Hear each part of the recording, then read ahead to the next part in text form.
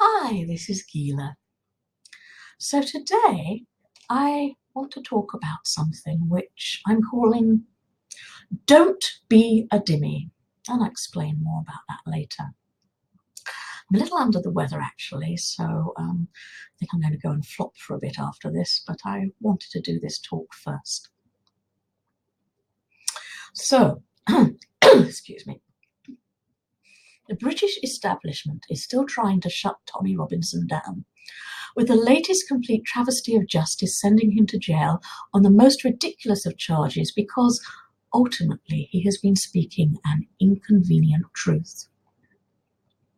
He has pointed out that mainstream Islamic ideology, as presented in the Quran and Hadith, is deeply hateful and bigoted towards non-Muslims. Tragically, this is all too correct. Excuse me, I'm sorry, I'm just going to have a drink.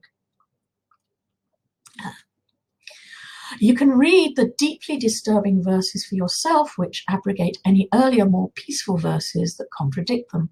And below, I'm giving a link to a page well worth your time reading and thinking about, if you're not already informed, which lists some of the more unpleasant verses commanding faithful Muslims to abuse or even murder non-Muslims simply because of their beliefs.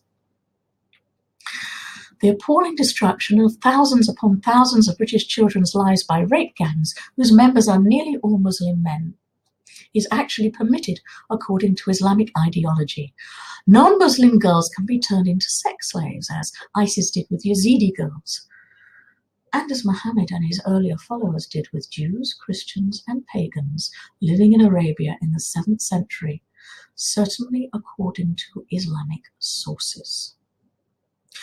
And frankly, if something over 4 million Muslims out of a British population of some 60 million have already had the effect by arrogantly claiming their supposed rights, which Britain is already suffering from, of eroded human rights for everybody else, loss of freedom of speech and visits by police for supposedly Islamophobic tweets or Facebook posts, Sharia blasphemy laws through the back door, terrorist atrocities, bullying of non-Muslims peacefully walking through Muslim areas, as well as the rape and abuse of thousands upon thousands of British children, and the appalling political injustice against Tommy Robinson and other people who have dared stand up against the hatred and bigotry towards non-Muslims contained in the Quran and Hadith, then what on earth will it be like in Britain if the Muslim population reaches 8 million or 16 million or more?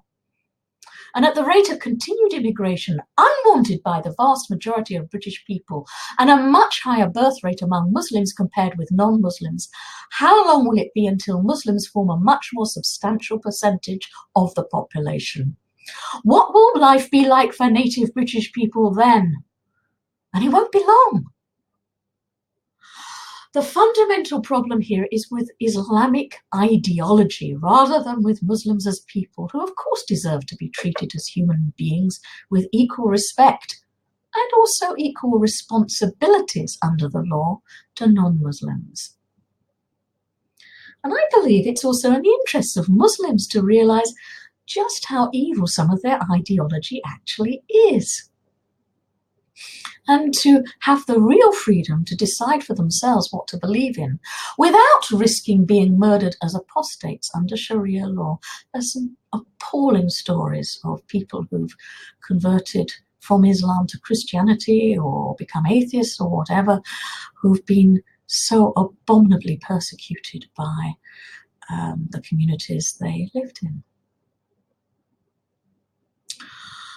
Bill Warner, worth checking him out, calls the parts of Islamic ideology concerning treatment of non-Muslims political Islam, which I think is a fair summary. This political Islam, which forms a significant proportion of Islamic writing, is actually a supremacist, bigoted, hateful, and misogynistic, as was Nazi ideology, and it needs to be outed publicly and persistently for its dark political agenda towards non-Muslims. Wake up, Britain. There is more anti-Semitism contained within Islamic holy writings proportionately than there is in Hitler's Mein Kampf. Christians and Jews are supposed to be treated as third-class, deliberately humiliated dhimmis under Islamic Sharia law, with far fewer human rights than Muslims. If you are a non-Muslim who is neither, then according to a strict interpretation of Sharia law, you should either be forcibly converted to Islam or murdered. Many millions of Hindus were slaughtered accordingly in India in the past, until some Muslim rulers proclaimed them to be honorary people of the book, that is, like Christians or Jews, even though Hindus are actually polytheists. In support of freedom of speech, human rights, and of Tommy Robinson, I believe that it would be fitting to have a major campaign now against political Islam, and I suggest the slogan, "Don't be a dhimmi," which is kind of catchy. But I'm only one person with a small channel, and it's up to you and many other good British people to pursue such a campaign if it's to have any real impact. I've even produced a banner, but my artistic expertise lies actually in music rather than visual arts. So maybe other people can produce something better. What is important right now is to say loudly and persistently, don't be a dhimmi. Stand up against the evil of political Islam before it's too late. Don't be afraid. Whatever you may have to lose personally now will be as nothing compared with what you will lose in only a few more years' time. If good people do not stand up now, call a spade and urgently reclaim our hard-won freedoms in Britain. Remember, don't be a dhimmi. Thank you so much for listening. Have a good day. Goodbye.